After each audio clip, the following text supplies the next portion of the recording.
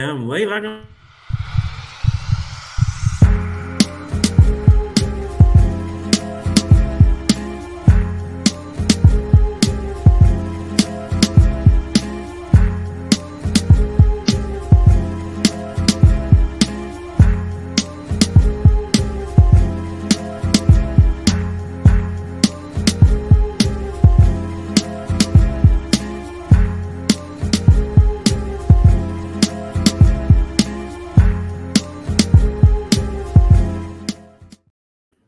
Greetings and welcome to the Ones to Scale, man. Probably presents another episode of You Know What It Is, man.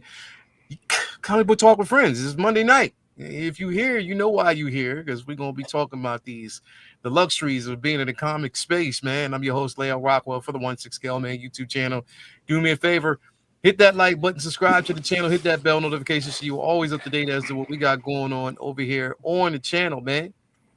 What up, though? What up with y'all, man? Hope y'all have an incredible day. I hope you had an incredible weekend. I know I did with the family, and I hope you did with your family, and everybody celebrated and had like a good 2-day off type of situation. But we are back. Another Monday, man. I'm not by myself. I got the crew here with me, man. What's going on with y'all, man? How y'all doing, man? What up? What up? What up? on, yo? Chilling. Yeah, man. What's going on, Jay? How you good, brother? Oh man, had a long time my wallet this weekend, boy. Yeah.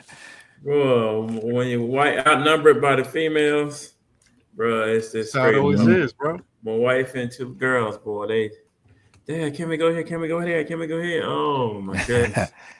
So you're like, yo, really, man, bro, I had gave everybody a freaking limit. Like, listen, y'all not going. I ain't getting my last figures. Y'all not going through this to me like this whole weekend, bro. Like, nah. Be like, y'all got chill out. You gotta chill, man. That credit card's gonna stop, you know. But it was fun though. We had a good time, man. It's good to take the girls out and they had fun and everything. So it was nice. Yeah, man. Nice. Oh, bro, Prop, you like sushi? Oh yeah. You like see, bro? Yeah. I saw that post. What, bro? You order either the tempura or regular sushi or sashimi, bro. Whatever you order, like it keep coming. Like they bring it out, or they got the sushi going on. They bring it out, man. Oh, and you see the whole line of them making the sushi, like whatever tempura, hibachi, whatever. Dog, man. After that second, I was done. Man, $34 a head. That's cheap. Yeah, dog. So, bro, yeah. I took them there, Sushiyama, bro. It's like one of the best sushi spots in Orlando, bro. We had a good time, man. Word. I bet. Yeah. Word, man. Definitely, bro. Appreciate having you here, man. As always, Prop. What's going on with you, baby? You good? Yo, living life, man. I was just saying, y'all sent me on the mission. Don't hate me yet, Jay. We don't know if it's dope or not. I haven't dug in. What? But, bro, I had to get them joints, son. Oh, okay. My dive back into the comic book life, man. I thought this was the appropriate one. Everybody's talking about it. We're gonna see what the hype is. I'm excited. So now you're absolute head now. Yo, I said, see, you already judging me, baby. I said I haven't read it. I might read it. I might come back next week and be like, yo. You know what I'm saying? We'll see. You like seeing Batman fighting a Godzilla-sized Killer Croc. Listen, I'm gonna change the subject because I got this bad boy too. That legend has it. Yeah. Whatever. Are they dropping more of these? If it's just this one. Right now, it's just that one. Just that one for right now. I didn't get it, bro. I wasn't that. I gotta get it, man. I gotta get that, bro. Yeah, Mass Appeal. I got it from the website, man. You got an extra one? That's what I heard. I thought you said they were going out. The other people. What's that? So what? You can't buy that. You can't buy that in the game because you can't buy that in the shop. Right now, you were only able to get it like if you were at New York Comic Con or on the Mass Appeal site. That's the only two ways to get it right now. And the website. You can order it. It's a website, yeah. I think it's limited, but I don't know. They haven't released the amount that they're putting out. But right now, there's no plans for 2. I imagine it will get a number 2 considering how well it's been received. But I don't have access to the number, so I have no idea. Yeah. But from everything I've heard, it's been success. So So I gotta grab. Dude, you know, it's been beautiful seeing them dudes make their rounds, man. Yeah. Raekwon, I was talking to Sanford Green because I had him sign my copy. Like he did the cover art and character designs, right? So I was talking to him at New York Comic Con, and like his journey the past few years has been insane because there's a lot of black artists that we cover on here that don't necessarily get the shine that they well and deserve. And this man has done all kinds of dope hip hop collabs because there's black artists who don't necessarily have like any kind of direction in that kind of realm, but he walks both lanes. Like he has a lot of collabs with this sculptor called Concrete Jungle who does like hip hop sculptures like Biggie and Outkast. Oh I see that cat. A lot of those he works with Sanford Green on those. But I was talking to him about how beautiful this marriage of hip hop and comics is for this, where the rappers make money off of it. Because think about how many Marvel covers do the hip hop collabs where it's like a homage to different album covers. It's like I don't know how much of that those artists actually see any money of it. You know what I mean? Like it's a lot of paying homage to hip hop and stuff like this, but they're not like on the receiving end of it on a direct level. Well, this is them actually getting out there and actually being a part of it firsthand instead of just saying, "Hey, we like Marvel and hip hop. Here's some shining some love for you guys." This is them actually being a part of a comic and actually getting some bread off of it. So it's good for good for the industry. It's good for everybody. So it's dope because there's like you got wrestlers in comics, you got rock stars in comics, and it's like it's about time that hip hop artists are actually involved in a comic instead of just being referenced. Yeah, right. Because they haven't really been on anything except for the game. What was the hip hop Jam? Game? Def Jam. It was like Def Jam. What was it? They all had like background stories and stuff or whatever. And the way they drew. Think about how long it's been since Def Jam Vendetta, bro. Jesus, bro.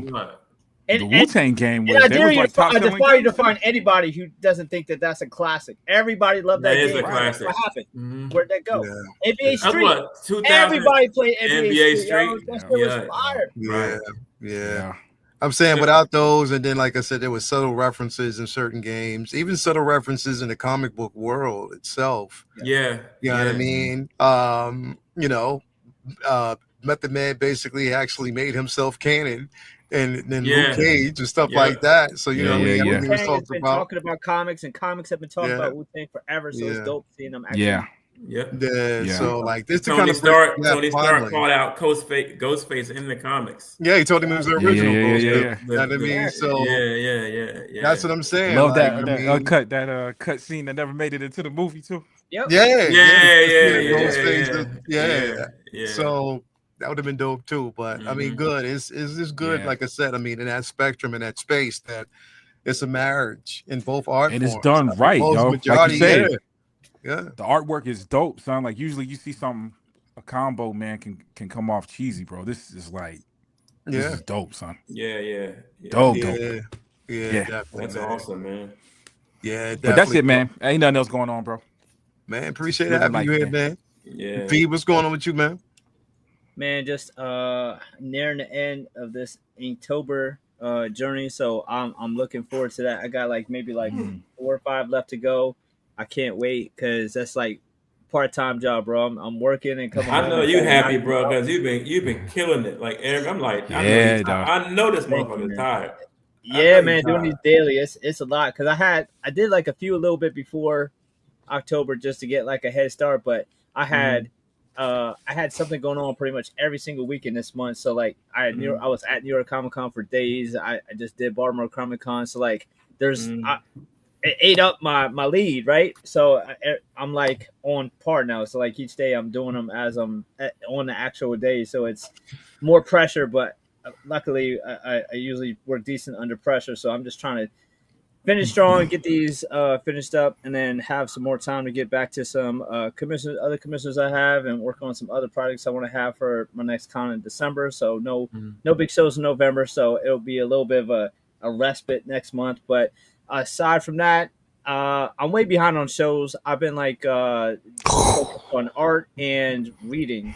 So I went to my shop this past Saturday, and I think I was probably like 6 weeks behind because I had a stack, and I spent most of yesterday just having so much fun. Like, prop to what you were saying, like how you haven't been there in a while. Like, I go in bursts of waves of like being like heavy reading. I'll just binge a bunch and then take a break because I got too busy. And this is such a fun time to be actively reading new issues. And I don't feel like that's always the case, because sometimes I feel like the industry like goes through burnout periods where there's not a lot of strong titles. And I feel like this is, I don't want to be hyperbolic here, but this is like I feel like it's a modern renaissance of amazing stories and writings, and not just in the absolute ultimate continuity, but there are some very very strong books on both Marvel and DC. And I feel like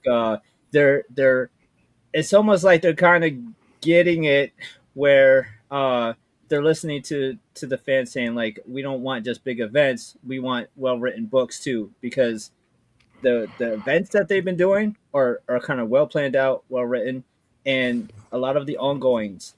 So we're going to get into a few of those tonight, but there's several ongoings, both companies and Image, that have very strong books that are I just literally cannot wait each week to read. And I think that is just such a beautiful thing for like to have that feeling like, man, I can't wait to like read current books instead of just like I'll pick up a trade later. I'll binge it later. Like to have me where like I'm setting shit aside. To me, it's like I'm an old head who doesn't game like I do anymore. So if I sit down and finish a game, that game must be phenomenal. I don't give it the time of day anymore. So if I'm reading new ongoings as they're coming out, I mean, it's just doing good. True. It's a good time for industry right now. I'm having a lot of fun with it. So I think one of my favorite reads, probably one of my favorite reads of last week, and as I'm saying, like there's so many different titles, but I think one of my favorite reads is the Superman tie-in to KO.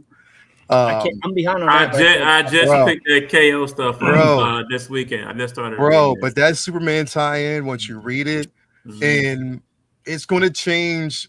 Not that, because I don't really want to get into it. I'd rather you read it, but it's going to change you're going to now. So put it this way: there's a character that you're going to figure out that they're going to talk about, and it's going to make sense why he is who he is, and it was planned by the Kryptonians. So you'll get it once you get to that particular point. But I think this book was probably one of the most important books, for the KO universe. Just like even the Miles, the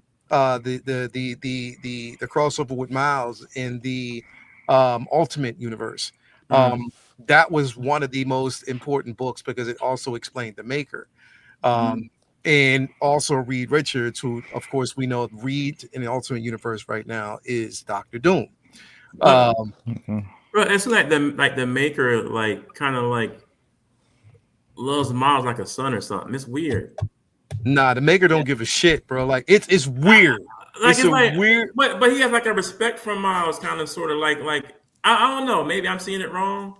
But it's like I think we're just seeing what the relationship with Miles is. If you look at the Ultimate books and you look at all the his captains, his lieutenants that he has all over the place, you never seen him recruiting them. This is you seeing what it was like while Reed was recruiting Miles. While Reed was recruiting, all these people. Like you just fast forwarded into they already like work for Maker. He already got them. I think this is. Because it's weird, like it's like everybody else. He don't give a fuck about everybody else. But when it comes to Miles, like he's breaking everything down. He explained to why he did what he did. He's like, I don't know, like why are you being so nice to this kid? Like what? Like because there's an ulterior motive to it, but also keep in mind that is technically Miles's universe. Yes. Oh, okay, I got you. And he has ties into that particular universe, and you got to remember if you read, not to really give too much away, but there's a lot that Miles doesn't even know and forgot about his own universe, and when you read it, you'll understand how things kind of come back. But Yeah. Speaking of Reed, I don't think it's on the docket, so I just want to throw it out there that bumping up maybe to like it's been in my top 3 for like a couple years now, but it's really fighting for the number 1 spot. If you are not reading Fantastic Fours ongoing, please do so. I feel like Ryan North is such a gifted, intelligent writer that I feel like I'd be in school because I'd be learning shit in a comic, and that's insane because the way he writes Reed, where he's not just telling you that he's smart, he's showing you he's smart. Like there's a creature in this issue that isn't what it seems, and there's a whole science behind why it's deceptive with and they break down pareidolia, which is like, you know how you see faces and things like clouds, or you see like faces rock, or you see the face of the moon. So this alien race uses that to deceptively like shapeshift because of the way that our brains work. And he broke down why Alicia was able, who's blonde, obviously, was able to get a sense that something's wrong, and then came up with tech to kind of work around the way our brains work so that way they could identify those creatures. And the way he broke it down was like science class. And I'm sitting there like, I'm taking notes. This shit was brilliant. And it never felt like it was just babbling or just putting just psychobabble. I felt like I always feel like I'm learning shit with the way that he writes Reed, and yet it's used in an entertaining way. The art is fire. And then all their powers constantly are being used in very extremely interesting ways. I can't recommend Fantastic Four's ongoing enough. It's phenomenal. Yeah, please read that. It's so dope. Yeah, definitely, man. But yeah, man, we're gonna talk about some things tonight. Definitely, man. That's on the docket. Things that you should be reading. We're gonna also talk about the DC universe right now. Proper, no, you don't want to talk about it, man. But there's some things to talk about within that space right now, bro, because we don't know what's going on. Trouble in Paradise. I love it. It's you love that, man. Trump about to put a stop to it, baby. No. You didn't hear that one, did you? No. You didn't hear that? Oh yeah. No. He's trying to get around or get behind, I think, Paramount. He's trying to stop the sale. No. Oh, he's trying to make it something. He's trying to make it something Batman in with Paramount, so Paramount can get it. Okay, as long as Netflix don't get it. Wow. Look, as long as Netflix is one thing, bro, but I don't want Paramount to get it, especially not with this motherfucker basically backing it. So right, I'd rather have Netflix. We'll talk I didn't know about that part. Yeah, we'll get there in just a sec. But before we do, of course, let me say what's up to the chat, everybody that's in here with us this evening. We got Malika Mabane in the building. What's going on with you? WRNR Real Negro Radio. Malika Mabane in the building. How you doing, brother? So glad to have you here with us, man. We got Toy Visuals in the building. Thank you for being here. Peace, brothers. Pedro Lopez, what up, though, man? Thank you for being here as always, man. We got Evangelist Liam in the building. What's up with you, bro? Thank you for being here. As always. Who else we got in? Amber, the Cookie Queen in the building. Thank you for being here, Amber, as always. Who else we got? Ed R is in the building. Thank you for being here. Appreciate you, as we always do. Mark P in the building. Thank you for being here. Oh, Skywalker, Nakayama, NYCC variants for Absolute Series. Woo, yeah, bro. Yeah. Yep. We got Dr. Nate in the building. The Booty King. What up with you, brother? Thank you for being here, bro, as always. Charlie, the Unicorn is in the building. Thank you for being here. Yeah, my commanders is, hey, rightfully so right now. They got some missing pieces of the puzzle in there right now, so it definitely ain't working. Who else we got in the building with us, man? As always, we got Pedro Oaf.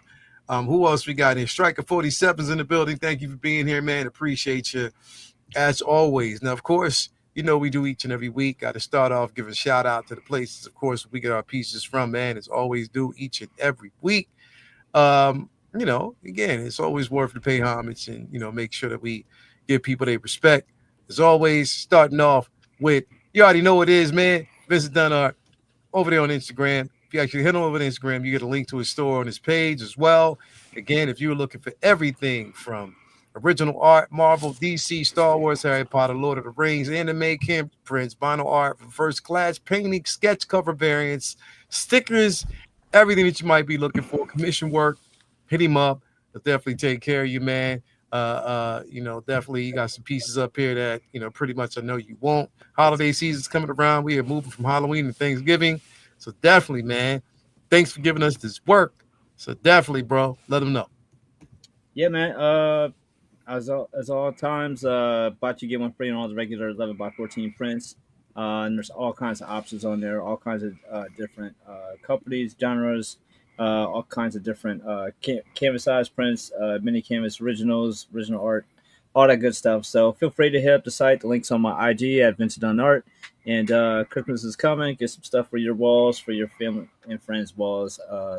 And if you need anything that you don't see, hit me up. Commission's open. Appreciate you, man. Definitely, brother. As always, appreciate it as always. Got to also give a shout out to my guy. You already know what it is. Ray over there at Underground Figures. It's Underground Ray. Knowing RD, shipping and handling is definitely reasonable. Sign up for that newsletter so you're always up to date as to when your figure's going to arrive or new figures being revealed. Create yourself an account because you never know when there might be free shipping or a discount code on your figure of choice. My man Ray over there at Underground Figures. Hit him up. He'll take care of you. Also, we want to give a shout out to my man Ray over there at Hawk Wars Toys. Hawk Wars Ray, proud sponsor for everything that we got going on over there at the Figure Flex Friday Facebook group. On top of that, making sure that you have, and he's the one-stop shop for InArt collectibles. Again, nice little care package. You get the figure comic book stickers. Hit him up, and he'll definitely take care of you as he always does. Also, we got to give a shout out to our guy Jacob over there at Comic Relief Comic Collectibles. Man, again, if you are looking for not just figures, but source material. It's all about them comics, man. You already know what it is. Hit him up. He'll definitely take care of you as always does.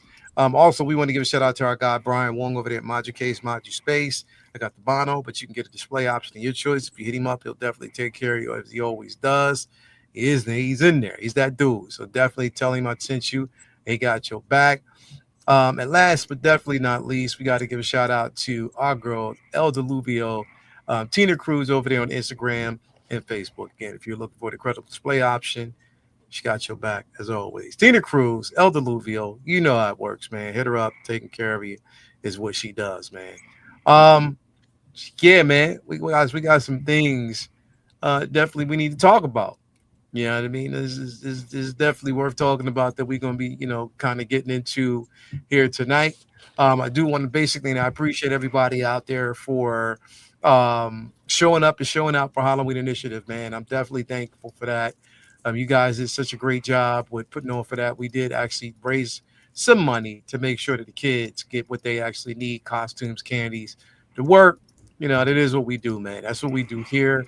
And I'm glad to see that, this company or this group of individuals came through and made it happen, man. We definitely appreciate y'all. So thank you so much for everything that you actually do, as always.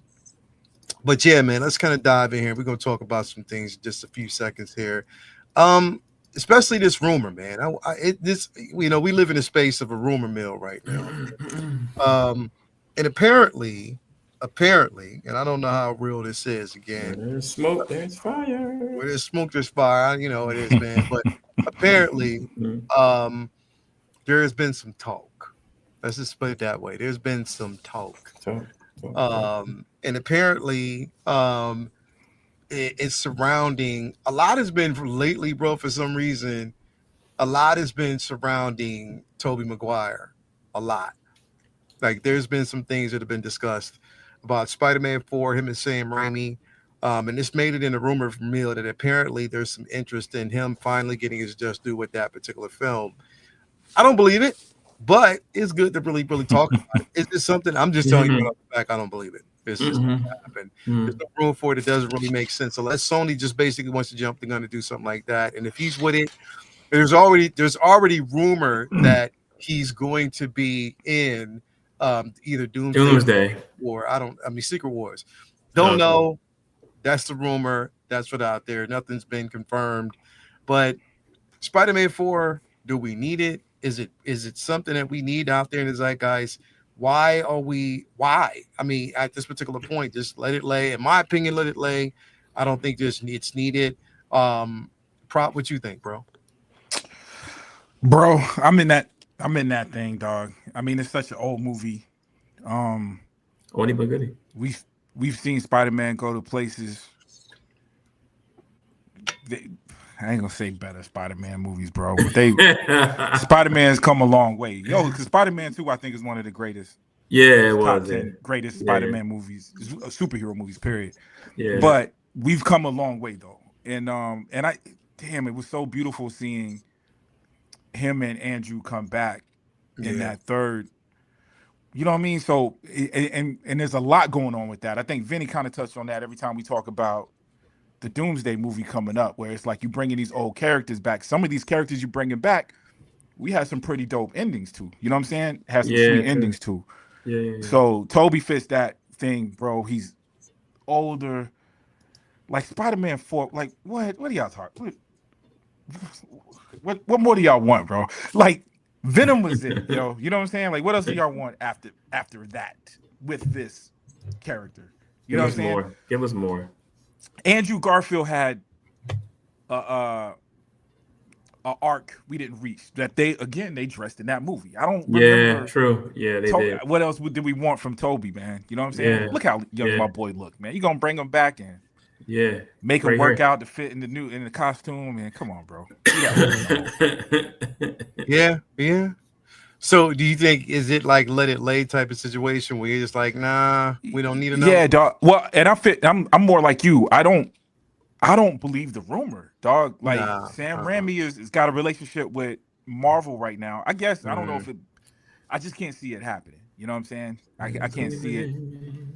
I don't think it's needed happening. So I can't even wrap my mind around I just don't right now, bro. I don't think it's needed, because then it's almost like a damn near subterfuge, bro, between all these. I'm like, do you need it? Like, no, I don't. Yeah. I mean, I could definitely see him featured in another film, and I'm cool with that.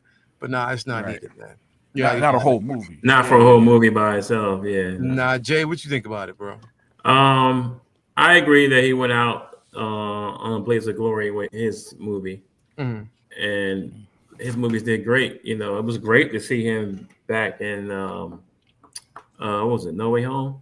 Yeah, No Way Home. Right. I remember seeing him back in that, because man, the theater erupted like it was freaking Avengers. What was it? The last one? Damn. No, Endgame. Like Endgame, you know what I mean? The eruption in the theater when they both pull up on the screen. So I love that. But it's like to bring it back for a whole movie. Then you got to show Mayday. You got to show MJ and all that stuff. You know, you got to show his son, maybe. So it's like, you know, I don't think we want that. He went out on the Blaze of Glory, and you can leave him alone. Now, Andrew's arc is not done. Yeah. So if anybody deserves a third film, I think it would be Andrew. You think? So you would want Andrew? Maybe, because that story. He's just saying if you were to do one, right? Right. If you're gonna do one, I think Andrew deserves a third film, because that story didn't end. I mean, to me, it didn't conclude. You know, because you still had when they had the Sinister Seven, the whole layout and the end credits and all that stuff. Then Harry Osborn Sr. was still alive. You know, if for the suits, man, he's a bigger actor right now. Right. So it's like, you know, I think they should end out Garfield's third run the same way they ended out, you know, or similar. Give him a horse to ride out on in the sunset. You know what I mean? Something similar to what. Yeah, pretty much. Like that's it. They actually look good. I'm laughing, but it looks dope. But I mean, did we want more of her, MJ? By the way, no. Hey, for the record, on the 1/6 Scale Man show, on Comic Book Talk with Friends, for the record. If they drop a Tobey Maguire movie, Spider-Man 4, I will go see it. I just want to make that clear. I mean, it's of course you will. Of course you will. I mean, of course you would want to see it. You know what I mean? It's there. You would want to go check it out. You don't want to, you know what I mean? Us as comic book heads, we'll be in. They're gonna put the butts in the seats for it. Right. Yeah. But it's just sort of like, well, is it? But isn't something that I'm pushing for? Because I think it's like, all right, it's I don't know because I don't want them to oversaturate. Put it that way, oversaturate the market and doing it just because you feel an inherent responsibility or to do something like that. Like I don't. Yeah. It doesn't. That's what I was thinking, dog. I'm looking at their wallet like that's my wallet, son. You spending our money on what? Spending our money on what? We can be making new Spider-Man movies. You gonna spend my $200 million on what? Yeah. At least give Garfield his run. You know what I'm saying? Give him. Let him finish his saga with the third film. Yeah, and that'd be good. People still love Andrew. He's still an amazing actor. He's still working right now. You know what I mean? So it's like I just think he deserves his third. And he would do it. He said he would, but I don't know. Yeah. We'll see. Yeah. We'll definitely see how that goes. Jay West says Kirsten Dunst has said she's down to do the movie. I don't know. Man, of course. But she hated on him, bro. She hated on him the whole film, bro. She hated on him. Real talk. Because that was around the time that she was dating Jake Gyllenhaal. Right. Like, I'm a bigger star than what's his name? Tobey Maguire. Tobey Maguire. Yeah, I'm like, she said that, bro. She wasn't getting. She just wanted her paycheck, man. Yeah. I wasn't getting paid the same as he was. I'm like, damn, hater. Yeah, B, what you think about it, bro?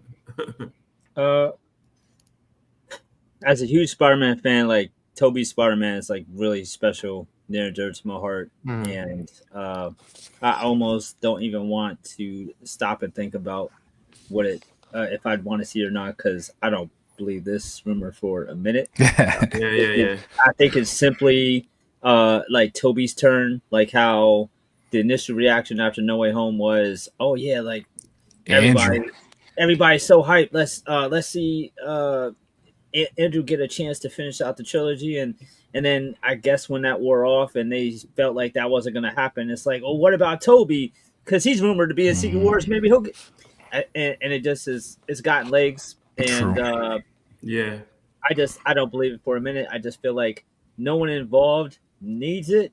And Sony just has so many bad non-Marvel ideas that this idea makes too much sense, because as much as like it does hilarious. So I don't think that it would work because it's too good of an idea. Hey, hold on. It's funny, because you flipped it on me. Because I'm gonna tell you what, the only thing that made me feel like it might be true is because of bad decisions that Sony made. It was like, somebody's gonna make this bad decision, and unfortunately, which means the movie's not gonna be the greatest. You know what I'm saying? So don't mess with it. If I gave it thought, I have to admit it is an extremely interesting proposition, because Spider-Man's character has been stuck in this infantile purgatory for generations. We've only seen a few runs in his comic book run where all types of crazy stuff happens with comic books. We see Old Man Logan. We see End of the World Hulk. Like, we see all kinds of multiverse, Spider-Verse. And of all the dozens of new Spider-Verse characters that we've gotten over the past, decade plus, I can't think of an old man Spider-Man story.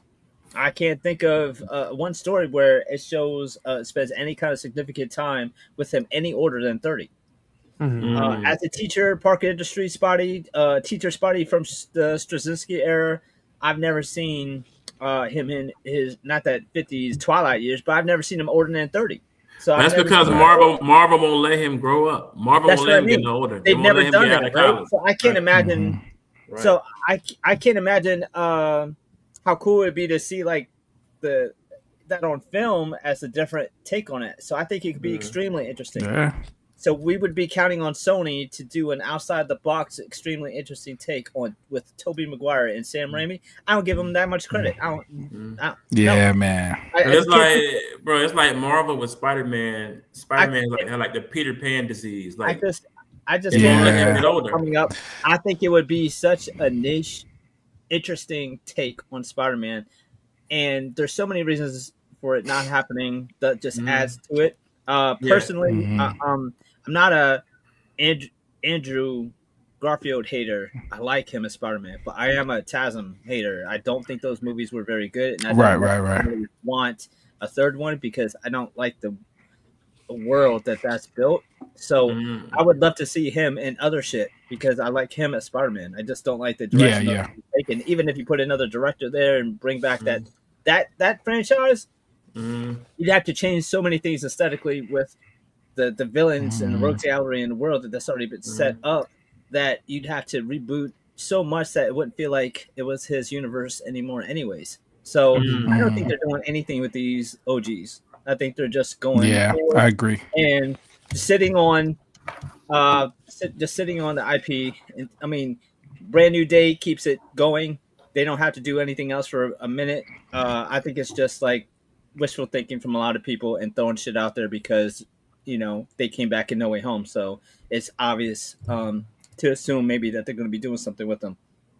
And that's what happens with all these cameos and regurgitations of Fox and old Sony and all these characters being brought back for these big event films is it gets all these people's nostalgia ramped up and thinking about more of these old movies. And there's a reason why those movies aren't being made anymore. Like they ran their course. It's time for new shit.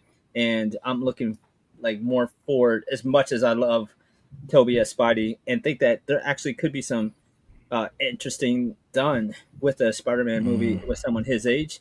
I don't trust Sony to give that to us anyway. So why put energy you can literally take whatever interesting idea you have and just think of the opposite. And that's what Sony's going to do. Yeah. No, it's just because they never let Spider-Man grow up. He don't get past 28. They never let him only in absolute. Well, he had Mayday before in comics, whatever, with Mary Jane. But they never let him get no older than probably Ultimate's been the oldest he's been, right? Absolutely. And the new Ultimate, it's been the oldest, pretty much. The new Ultimate. This is the oldest that Peter's been in the comics that I remember. So it's like they don't let the man get past 30-something years old. So it's like the weird thing is even in alternate reality stories, it's like there's no like Dark Knight Returns for Spider-Man. There's no version. Yeah. You're absolutely right. So bizarre. Yeah. It's called creative control, and that's the way Sony has been. They don't want to relinquish it, bro. That's why you get bullshit ass stories. That's just how it's going to be, bro. They rather give you bullshit ass stories than content that's credited and it's because of pride. They don't want to share the wealth. That's just how it is, bro. Now hold up. So Sony controls how Spider-Man's written in the comics too? No, in the film. Oh, I'm about to say they got the film rights. Yeah. All right. But Disney / Marvel for now very similarly protective of how Peter is portrayed in the comics as well. You never see very much alteration. I think that's one of the reasons why Spider-Verse was so interesting for them. It got to let them play with the Spider characters that weren't Peter and do different things with them that just it's like and whatchamacallit, DC has that same thing with Batman too. There's only so much you're allowed to do with him where like editorial shuts down a lot of interesting Batman ideas because he's so important to the brand. Yeah. Internationally known, baby. But this Ultimate Spider-Man is like I don't know. He's one of my favorite versions of Peter that I've came across in years. I mean, he's a lot of people's favorites because again, it's a complete flip on the idea. Yeah. I think this version of him and the Back in Black Peter Parker when he fucked and they would have to recast MJ because, like Jay said, Kristen Dunst wants Spider-Man money to be Mary Jane. And Right. Yeah. She was hot back then. Like, damn. She said that shit in the interview. It's like, calm down. She wasn't. You wasn't that big, yo. You did the interview with a vampire. Like, Spider-Man. It's not called Mary Jane. Exactly. Right. Exactly, bro. But that's what it is. We're gonna jump in now, man. Definitely favorite part of the show. Vinny, you kind of brought it up. I was surprised again. Like I said, I'm definitely familiar with his work. But honestly, bro, me being familiar with his work, I wasn't really familiar with him. I'm not gonna lie. I saw the work, but I just didn't really pay too much attention to the artist and his work. And definitely, like I said, that's a tragedy. But again, David Aja, bro, definitely one of the ones you wanted to bring up, man. What's your thoughts, bro? So my first introduction to David was Immortal Iron Fist. I was slacking on the. I knew his name. I picked up, a trade Immortal Iron Fist. Mm-hmm. His art style is just so cold. It's like it's like a Tim Sale like retro style, but without the eccentricity. You're right. But it feels old school. Really old school. It feels like it's a Silver Age artist. Very Neil Adams-ish, like Tim Sale is, but like very fundamental. Lots of great darks. Lots of does phenomenal shadow characters. Yeah, does tremendous with cityscapes. He'll do like these dope cityscapes where the city is like a silhouette, even in daytime. Yeah, it's very noir, very unique. And he has this great contrast, and he does just such a tremendous job, because we talk a lot about artists that we like to have phenomenal color schemes and use these like bright, interesting colors, but I feel like a lot of his stuff is muted in such a great way because he works with grounded street level characters so much. So your Batmans, your Immortal Iron Fist, your Hawkeye with Matt Fraction, like that's his playground. That's where he's like at home. So obviously after Iron Fist, his big book that he's most famous for is probably Matt Fraction's Hawkeye. Okay. And one of the he won awards for this book from the incredible compositions that he would put together.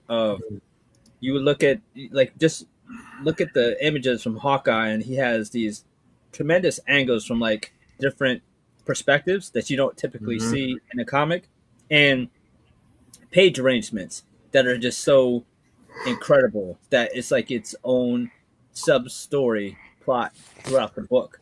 Like it'll be Hawkeye just chilling on his bed, but it's like from a top angle, and there's all this shit going around in the room, and there's just so much little tiny Easter eggs and little details in the pages, and then the way the word the page box and separations are, that just read so smooth and so elegantly. I love his compositions. I love his storytelling style. He's somebody that could do a perfect. He's somebody who could do a perfect like silent comic. Like I'm sure Paul has seen a comic where there's not much or any dialogue, and you're just reading along with the visual. Yeah. And super talented storyteller, and that's one of the most important parts of this job. So he does a tremendous job with interiors. The sad part is, since Hawkeye, I don't think he's done many interiors at all. He's mostly a cover artist now, and he's done like about 30 or so since the Hawkeye run, and always incredible, always does great covers. But I miss his interiors. He's such a great interior artist, and maybe that's why, because it takes so much, exactly, Merkley, a lot of tremendous minimalism. But maybe because he puts so much effort and work into some of those interiors that he has to pace out how often or how much he does it. But he's definitely somebody I wanted to talk about, because I just love reading his work as much as I love looking at it, because I feel like his work tells stories as much as it tells visually pictures. So highly recommend picking up this Immortal Iron Fist book, this trade, and then the same with Matt Fraction's Hawkeye. Like, you need those two books. Bro, that Hawkeye was that long ago. I can't believe it, man. Yeah, bro. That's great. It's like I got that book yesterday. That's bananas. I don't know, David Aja's Hawkeye is much of what the Disney show was. No, the same story from almost the same exact story. Tracksuit Mafia, all that. That's him. Yep. Tracksuit Mafia, the dog, all that. Yeah, bro. I never even his version of Kingpin. A lot of it is derived from the Hawkeye book. From the Hawkeye book, you know, some of the characters, known characters, you know, ties into like even like some of the Echo Age. There's a lot. So yeah, bro. I just wasn't at that time, wasn't even as. It's not that I wasn't familiar. But not from an artist perspective, like a lot of research space. Yeah, bro, I wasn't. I just knew the Hawkeye and the Iron Fist books was him. I never even seen the guy or. He's not. He's not flashy, yo. He's subtle, and it's like I think that is. It's kind of like sometimes you know how they say like a good actor doesn't make you think about how good an actor he is. That's how I view his art. Yeah. You're immersed in the story. As opposed to, oh, cool! Look at that splash page. Yep. Yeah, but that Iron Fist run and that damn Hawkeye run was some of the best like silhouette art I've ever seen in my lifetime. Bro, even his book. That's why I was looking up that run because I have that book between Shang-Chi and Spider-Man as well. Yeah, and it was dope. You know what I mean? Like a lot of splash pages in there. Like he did a lot of great work, bro. Yeah. You know, 30 years ago. Oh my God, that's crazy. Wow, I remember going to the shop getting that shit myself. That's bananas. Definitely, bro. Again, David Aja, bro. You gotta take a look at it, man. His work is definitely impeccable, man. You know, one that you want to actually pick up if you haven't already, because it's phenomenal. Very, very phenomenal, bro. But I'm telling you, bro. Let me talk to y'all real quick. I need to talk to y'all real quick. Oh boy, here we go. Ain't going in. I've been wanting to talk about something I've been wanting to talk about since last week, bro. Oh, okay. What under doom. Oh, okay. I thought you were about to bring that up. This shit right. I gotta do the Bloomerang. This shit right here. This shit right here, bro. That's it. One world. And Vinny, I told you at the end of the book, I was pissed. Yeah, you tried to give it away from me last week, motherfucker. I was pissed. I was definitely pissed. I'm hoping that it's all part of a plan. This is how it's that end is how they'll win because he's going to have to change everything to change that. Yeah. He's going to have to change everything to change that, or he's going to also have to face Franklin. I mean, this book is incredible because if you want to see Doom talk shit the entire time, you've never heard shit talking on a scale. Like if you thought Bane talked shit, Dark Knight Rises, you thought Thanos talked shit, and Infinity.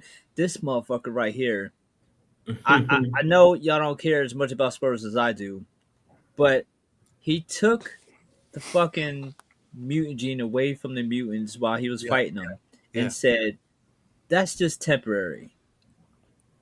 I'm going to give it, when you return home, you'll have them back. Just know, I could keep it if I wanted to. You'll have those powers because Doom allows it. Allows it, bro. They're gonna take my power and talk shit to me while you got it. That's crazy, bro. Jay, he referenced House of M. He was like, I ain't gonna do you like Scarlet. I'll give it back to you. Yeah. Because I'm merciful. He referenced Scarlet. Bro. Oh my God, yo. Bro, and he was a rude boy all day with that one. Bro, you bringing up Scarlet Witch, you bringing up old shit. You bringing up old shit that really matters not, bro. It's nothing that you threw at him in his book. Damn. Mattered. And it was none of that damn, because you know they always throw Squirrel Girl in as a red herring. Didn't work. Good. It absolutely did not work in this one. It could have, but it didn't. I'm tired of her with this most powerful person in Marvel. Squirrel, stop. Yeah, I think though, Vinny, you're right. Again, I don't know, but I think it is going to be his love for Valeria. And the usage, because he gives a shit about, for real. Exactly, and the usage of time, because they definitely made it apparent, and they made it, especially the explanation that he gave, they made it so that you, the reader, understood why he made those references. So by the end of it, it's like, oh shit. Now the same thing that he was talking about may be the same thing that he has to use. Because I was so bro. Jay, you know how I feel about it's definitely a teaser because Franklin be just sitting shit out. Like, he's like, yo, that's ain't my problem. Like, he just be chilling now, and that's fine because he's trying to be a kid. But these world events have come and go, and Valeria is a different story. He's not going to just chill for that. The interesting part though is it's not guaranteed that will affect be permanent for different reasons. Like, one of the reasons how he's been able to win constantly is he's using time as save points while he's fighting these motherfuckers. Like, it's insane. Like, Jay, you know how you play in a video game and you'll save before you do a boss fight? Yeah, always. That's what Doom does when he's fighting the heroes. Damn. So that way, if he loses, he goes back to that previous time and then knows what they're gonna do, and it don't work now. I love the relationship between. I love that he loves Valeria like it's like a daughter or a niece. Yeah. I mean, I don't care how evil this dude is, but Valeria, but he named her and everything. Like, come on, bro. Everything. Yeah. He put that all in Reed face. Like, yeah, motherfucker, I birthed it. If it wasn't for me, she wouldn't even be here. So I'm gonna name her, bitch. But this splash page right here, bro, at the end, and then you see her fall apart. I'm like, get the fuck. I was so mad, bro. I have such a soft spot for Valeria. It wasn't enough that she died. Like, they had to kill her like that. Like, damn. Like that. Hold up. Wait a minute. Yeah. Hold up. Time out, bro. I didn't. They kill her again in the comics, bro. Why you think I've been talking about this the entire time, bro? Look at that last panel. She don't survive. She don't survive the aliens. Bro. And now when we're on the Doom, she dies in this shit too. No respect. No respect. None. But see, this is why I'm wondering. I'm so mad about the Aliens vs. Avengers shit. And then she dying here too. I know. Well, here's the thing, because next month is the conclusion. It concludes next month. So I wonder how they're going to conclude this. I don't know if this is a projection. Doom better save her. It could be that they're using this as a projection to get to him, or it could be real. We don't know, because again, like, if you read the book, she got in and he projected her out. Like, once they were done and once they had that conversation, and then she comes back at the end of the book. So I don't know if it might be a projection or not. I'm not really sure, but it's only two ways. Either he fixes it or Franklin fixes it and fixes him. She can't go out like this no more. Valeria is seeing what is going on with Doom, and she's like, I'm the only one that he'll listen to, and comes up with a machine that his suit will read, so that way, basically, he'll take the call. They go to an astral plane and have a conversation, chit chat while he's fighting Uncle Doom. You got to stop this. While he's fighting multiple battles, different places, he's having a conversation with her, and he's like, "Look, love you, but I'm busy. You ain't gonna talk me out of this." And his explanation of why his role will eventually be okay is so dope. He's like, yes, this seems wrong now, but so does everything that at first. He was like, think about it. He said, think about the language you speak. At one time, someone taught that to you and it wasn't yours. And now you don't even think about it. Mm-hmm. Damn. Yeah. Bro, they can't bring her. They can't kill her, bro. I can't do it again. Bro. I can't do it again. I don't even want to get the last book. The only thing that would rattle Doom and shake him out of this, because he is unwavering. Like, nothing is going to get through to him or stop him. this is how the world is going to be forever unless something like this had happened. So it's either Franklin who's going to wake up basically and turn his powers back on to do something about this, or it's going to be Doom undoing this, to save her. But it maybe seems more likely that's Franklin because he could just go back in time to make that not happen as opposed to stopping all of this. So I'm not sure. I know one thing.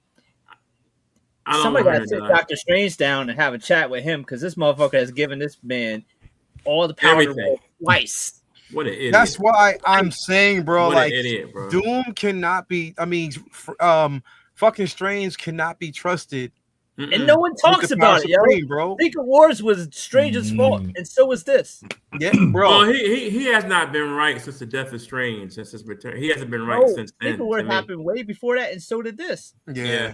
He ain't been right. He ain't been right since then. So, bro, everything has a tendency to be his fault because he lacks a level of intelligence. He doesn't talk to anybody. He does shit the way he thinks it should work, and it fucks up in the end. And Doom seems to know that he can manipulate Stephen fucking Strange. That's why I always say that Stephen Strange, you are one of the most powerful, dumbest individuals I have ever read in a comic. Literally, crazy. Bro. It's crazy after Secret Wars to be like, maybe this time. Yeah. I'm looking at this picture and it's pissing me off, bro. I can't. They cannot do this again to Valeria, bro. They can't. They can't do it again, bro. I'm hoping. This better be some kind of projection or a mind flip or something, bro. I not again, though. I mean, no respect. Yeah, none, bro. They have no respect for her, bro. And then you see her head fall off, bro. Damn, bro. This is why I end of the panel, fam. Bro, this is why I think it's a projection. It's not real. It's either not real or it is real, and he's going to go back, and this would be that soft spot. He's going to go back and fix it. This should have his ass flipping out. Mm-hmm.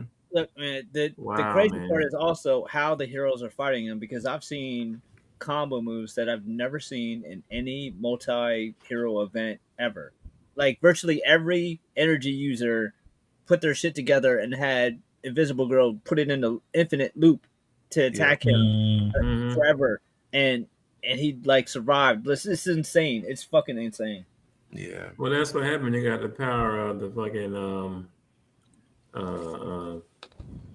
my god, Sorcerer Supreme. Yeah. Don't even phase you. So I mean, it's the combo of Doom himself with Supreme, because I never seen Strange do this shit. Yeah. Yeah. Not on this level.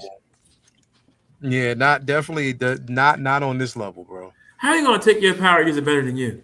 Oh my god. Dude, bro, Strange is an idiot, though. He has not been right since the death of Strange. He hasn't been right. I told you, bro. He's one of the dumbest, most powerful individuals out there, but really dumb. Moving on. No, this is definitely a book that you want to read, but I thought this was probably the most. Again, bro, like they keep giving you these gut punches with the Ultimates, bro. This book was so sad. It was so fucking sad, bro, because it lets you know, bro. Which one is this? This is the Ultimates. Okay. Again, this is the Ultimates, and this is who you're looking at right now is, of course, Reed Richards as Nope. This is Reed Richards as Doom. Yeah. Oh, come on. You didn't know what happened? No, I haven't been reading the Ultimate. I've been reading Spider-Man and Black Panther. Well, bro, you read Ultimate Wolverine. Spider-Man, though, right? Yeah. Okay, so in that world, every hero maker like went out of the way to make sure that they never existed, and the heroes that are there, he manipulated to be who they are. So everybody who's anybody in the Ultimate Universe, Maker had a hand in putting them who they are, where they are. Yeah, I know that. Yeah. So Maker took Reed from this universe and tortured him, killed the rest of the Fantastic Four, tortured Reed, and made him Dr. Doom for his amusement. Stop playing, bro. Yeah. So the maker, which is Reed too. Yeah. Took the version of himself from the Ultimates and tortured him. Yeah, and tortured him. And it's, you know what it was, bro? It's what he did to Reed is on the equivalence of Reek from Game of Thrones. Yes. Bro, he took a piece of Reed's brain out that controls happiness and joy. So that way he'd be more like Doom and be miserable. Yeah. And like so pretty much anything that he accomplishes, there's no self-gratification. There's always the will to do better, or he doesn't feel that there's an accomplishment. There's no connection to anything that he does. So he always feels that constant dread. Right. And through the entire book, what you're looking at, because you'll see like when he's talking, there's silhouettes of his family behind him. And you almost think that he's talking to him. But by the end of the book, you realize that he's talking to him because I think his plan, if I'm correct, don't know yet, but I think his plan is to kill himself. Yes.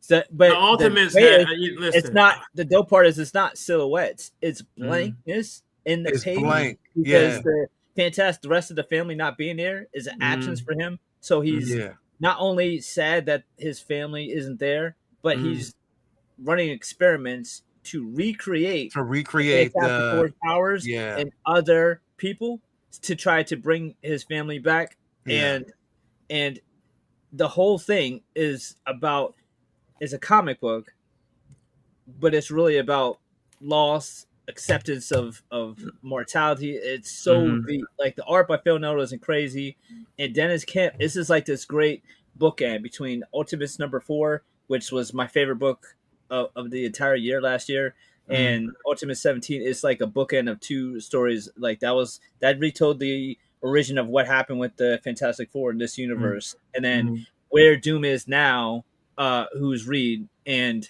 how he's coped and how he's trying to basically he's going to probably be the linchpin to stopping Maker because he's also Reed, and I think that the Maker has underestimated him because he feels like he's broken him mentally, but Reed is Reed. So hopefully this version of Reed as Doom has a plan to fight back, but it will probably cost them everything. Yeah, it's going to be a level of sacrifice in this spot. Like there is going to be a sacrifice because again, his plan has always been to reset, to go back and reset. And no matter what he does, it doesn't change the outcome. Yeah. No, see, that's what I was just thinking. I love the Ultimate Run. I love Spider-Man. I love the Wolverine, and I'm reading Black Panther. I'm not reading the Ultimates yet. You gotta read the Ultimates, bro. I want it to end because somebody has to kill the Maker, bro. Like they have to kill him soon, dog. Like this dude has tortured the whole Marvel universe, bro. Yeah. Every superhero, every villain. Yeah. Oh, he's tortured all of them. They have to kill this cat, bro. Bruh, I think I want to see him die. Like they gotta kill him. Like what he did to fucking. I think fucking Cyclops, Scott Summers got it the worst. His head is embedded in the Sentinel, in the Sentinel's chest. He's part of a Sentinel. Well, I even they did Ultimate X-Men. Yeah, you got it. Well, that's the Ultimate Wolverine. It's the Ultimate Wolverine where you're actually finding those stories, and it's not the Ultimate X-Men. My piece. Ultimate X-Men ain't even really using popular mutants. They're not. They're trying to bridge the gap in between, but yeah. Okay. Yeah, you gotta kind of read that because it's real. They gotta kill him, bro, because this guy is fucking just too much, bro. Like they gotta. I would hate to see the run end. But he's just too much, bro. Like you got to kill him, bro. You can't let this guy run around like this for too much longer, bro. It will be ending soon because Ultimate Endgame will be the finale, and that's early next year. Good. Yeah, they got to kill him, man. Yeah, definitely, bro. Damn. Yeah, it's a sad book, bro. Like it definitely pours on your heartstring, bro. Dope book, though. Dope book, though, bro. Right now, Absolute Wonder Woman, bro. This book was fucking phenomenal. And the finale of this fucking book. Like, literally, bro. Like, I love how they're introducing the absolute versions of certain characters in a way they're doing it in a way that they're tying in, but they're not just putting them in. There's a reason for it. And you know, I didn't realize how actually tall the Absolute Wonder Woman is. Yeah, she tall as hell. She taller than Diana in the regular like 7 feet tall, bro. Yeah. She's tall as hell. Yeah.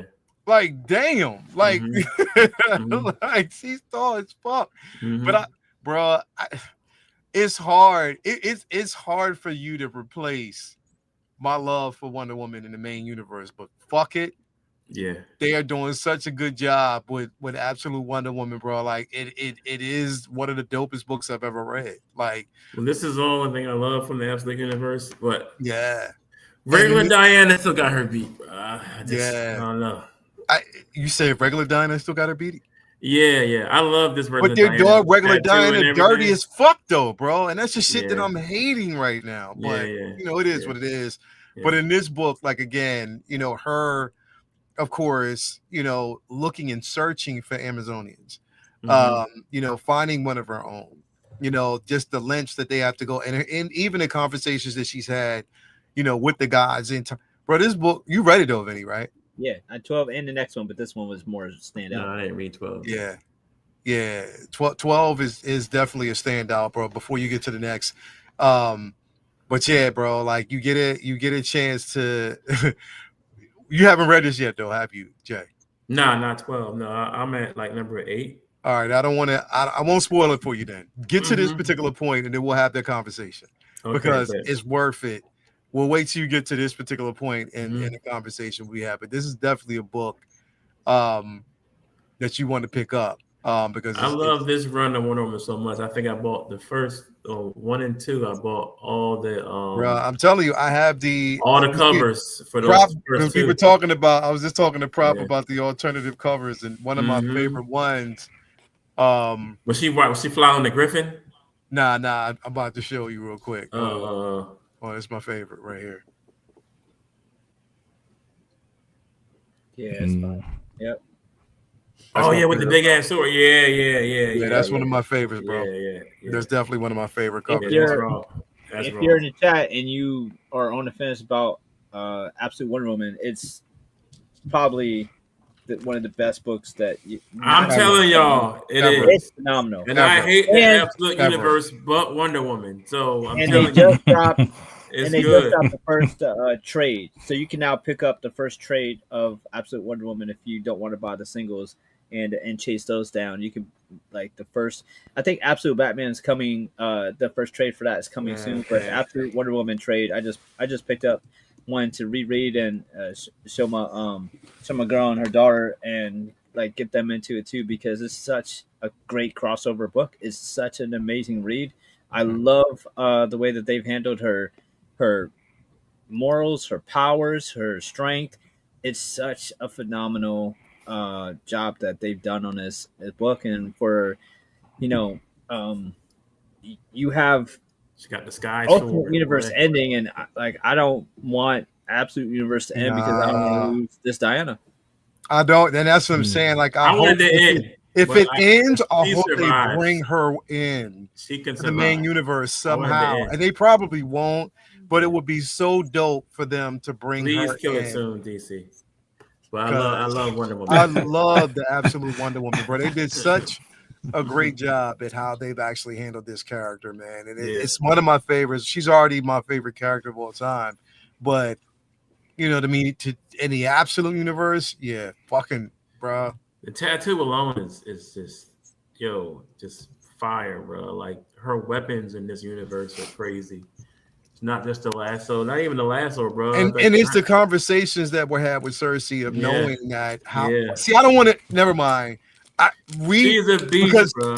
They explain who. And what I love, Benny, was the flashback when she was a kid, and who she is, the purity of the character, and how it's explained, the reason why she's who she is, but why she was placed as a child where she is, because it is the most unsuspecting thing to anyone else to really suspect that a child can be more.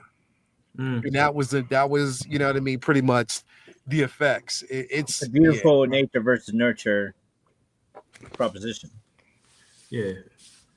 Yeah. The Wonder Woman is the best. She's the best of the three. Wonder Woman. You could put her in hell. You could put her on Themyscira. You could put her on, Russia, Oklahoma. And she's gonna be, Wonder Woman. Mm-hmm. Yeah. All right. So we 7'2". We got it. We got to go into this, man. We got to talk about this prop. My bad. Prop. Man, it's got to be done. It's got to be done, bro. We got to talk about this. My bad, prop. Prop's favorite subject. I know why you had to choose. So listen. So here's his favorite subject. Oh man, his favorite director of all time. I want to say this though, bro. Yeah, my favorite director. I want to say this though, bro, because it's not what you think though. Because I don't want anything to happen to him. I don't. I want him to still be ahead of DC Studios. I still do, bro. Because I think it's more potential there for us to get certain characters. I don't want it to happen, but it's crazy how he's there. And here's the thing: right now, everything that's going on right now is a rumor. It's all rumor. It's all speculations and stuff. But I don't think Zack Snyder posting like crazy for some reason. So. True. We have so many studios. So basically, what we know is they're friends though. Warner Brothers is going to be divided. So it's going to be pockets. It's going to be divided up. DC Studios is going to be divided up as well. And me personally, I don't think that anything's going to happen to Gunn, but I just don't know. I don't know. What's your thoughts on that, though, Prop? Well, and not to go political at all, right? It ain't about the political aspect, but you got the situation with the administration. Mm-hmm. I think is the only thing that I heard, and I'm getting this from watching other shows, because it didn't occur to me. Mm-hmm. But you guys, or there's people that dislike the Superman movie for valid reasons, just like all our properties. Acolyte, any of those things that we can name. There's valid reasons with writing, tone, whatever the case may be. And then you got this large, what appears to be large, because a lot of times it's not a large, right? You got this, I don't even know if toxic is the right word, but you got the ones that are everything is woke crowd as well. Yeah. You know what I'm saying? Yeah. And so Superman definitely fits within that. Anytime, if you're saving a squirrel, taking the time to save a squirrel, those people are going to hate you. You know what I'm saying? Yeah. So that's the only thing, dude. And I don't know how real that is, but you're dealing with some petty people, and all of these mergers and deals have to go through the administration, have to go through the government, right? In fact, more direct than it ever has been before. Right, for this deal to happen. So that's the only little piece where it's like, maybe if they know who this guy is, they might be like, well, yeah, we'll make this deal go through, but cut this little part out. And there's people out there that think that James Gunn is so important to Warner Brothers right now that they wouldn't do that, or that he's part of the sell pitch, or he's part of the thing that's making this deal good. But I don't know, man. There's a lot. I think that's not considering that you got news companies, you got documentary work. There's so much that's under that umbrella besides him. But anyways, man, but that's not my only concern. You know what I'm saying? I think it's possible. I do, just on the surface, don't think anything's gonna happen to him. Because let me ask you this: man, what's my boy that directed The Dark Knight? Chris Nolan? Is he still under the Warner?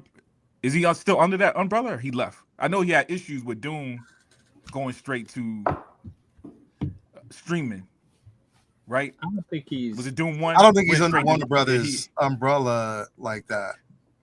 But he used to be for years. He used to right? be like all his buzz were under his franchise was completed. But remember, Nolan had a problem with Warner Brothers during the pandemic because of the Doom thing. They released Doom. Doom was the first time there was a crack in the No. Not Nolan didn't have a problem with him for Doom. Nolan had a problem with him for what was it called? Tenet. Yeah. Oh, Tenet. No. Which one came first? Villeneuve was the person who had what is it? He was the person who had a problem with Warner Brothers and how they distributed Doom. No. Chris Nolan spoke up for Doom. No, Chris Nolan spoke up for Tenet. Tenet came first. That's what he came first. That's what he spoke up for that. Okay. And then back. Okay. Oh, right. It's at the same day releases with the streaming going on. Right. Yeah. Then it was extremely vocal. You know what I mean? Because Chris Nolan is usually kind of quiet.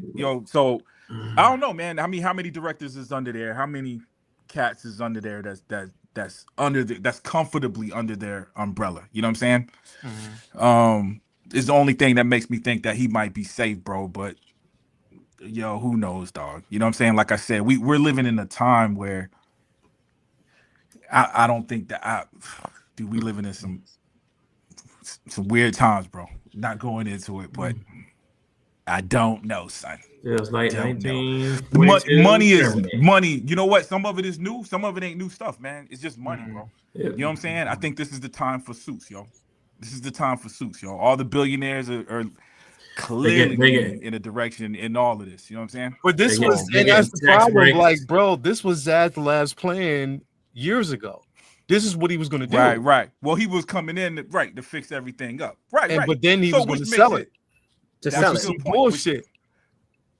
Which makes dude's job seem safer, right? Because that was part of the buildup. The buildup of making this thing something that's going to look like whatever. You know what I'm saying? But again, you got money. You got James Gunn saying that we made enough money for the movie. We only got one movie out there. You know what I'm saying? So you really can't. That's the biggest thing. That's the thing that I'm hurt about. I would want to see more than just even for you guys. You know what I'm saying? Even for my counterparts and my peers. Like, I wish there was more than just that Superman movie out there, so we can kind of see. And that's not going to happen before that merger pops off. I mean, we still got Supergirl. We still got Lanterns. We still got. I think Supergirl is going to be the same within the same kind of. Yep. Same kind of thing, yo. You know what I'm saying? I mean, it is. Yeah. I don't think it's going to. And it's going to be something that it's going to be something that the normal fan ain't used to. You know what I mean? Right. I can't. I'm looking at my parents and stuff, man. The people that didn't like Superman, I'm gonna tell you, there ain't nobody in my family like Superman, except in my outside my kids. Yeah. Grandparents didn't like it. Best friend parents didn't like it. Parents didn't like it. Yeah. I can't imagine Supergirl being better for those people who aren't diehard Supergirl fans. You know what I'm saying? Looking forward to it. I'm not saying that doesn't mean the movie's not going to be good. But are people gonna go see it? You know what I'm saying? Yeah. But so with that being said, dude, there's not a lot under his belt, man, in terms of Warner Brothers, man. Yeah. I don't know. Jay, what do you think about it, bro? Well, Peacemaker's done. That's a good thing. I don't know, man. I mean, I think if they do decide to do a fire sale, it'll be more messy than what it is now, because all I do with they'll sell it in pieces to different people, unless somebody steps in and buys the whole thing. Maybe Netflix, if Netflix saves the day. But I mean, I don't know. James Gunn. Only thing I just didn't like Superman. I mean, I'm not saying that he can't save DC. I like what he did with Mr. Terrific was amazing, but I don't know. I don't know. We got Lanterns too. Oh, Lanterns. Yeah. Lanterns, we do got Lanterns coming. Yeah, I think Lanterns is going to be real good. But and they're filming Clayface as well. I'm hoping it's good. But I don't know. We'll see. I mean, we got to see what his other work is looking like, and I'm hoping it's not looking like Superman. Excuse me. I'm hoping that it. Oh man, that too much beer. I'm hoping that it had its own lane. You know what I'm saying? Like where I don't know, as a creator, like, or as a lead like creator there at DC, like he can salvage the ship and try to keep them afloat. I just don't think that Superman by itself is going to save the day. Supergirl, I hope Supergirl has a little more of that what's the book is based on? Oh my God, Woman of Tomorrow. Woman of Tomorrow stuff in it. Yeah. If we get that version of Kara, then I'll be stoked. I think that'll be a good rebound from Superman if we get that version of her. And then with having Lobo in the story too, I think it's going to be a big deal. So I think he can rebound with other projects to save DC from going under. So I do have faith in him in that aspect, but just I don't think he should be doing in that Superman film. Let somebody else do it. Oh, he's doing another one though. Vinny, what you think, bro? Oh, I didn't say that to be combative. My bad. I don't know why I said it just came out. Because they've been showing him fighting. He's just being real with you. Man. It's horrible. This I know he's having probably a rough way to go sleeping at night because this contract is up next year. He has 100 spinning plates in the air, however you want to put it. This man is juggling a lot. And say what you will about him, he's working his ass off trying to get his vision out there. Yes, he is. Yes, much as I have issues with a lot of the decisions that he's made, I respect the hustle and the grind. He's not just sitting back, just happy with his title. He's out there trying to make moves. But it don't look good.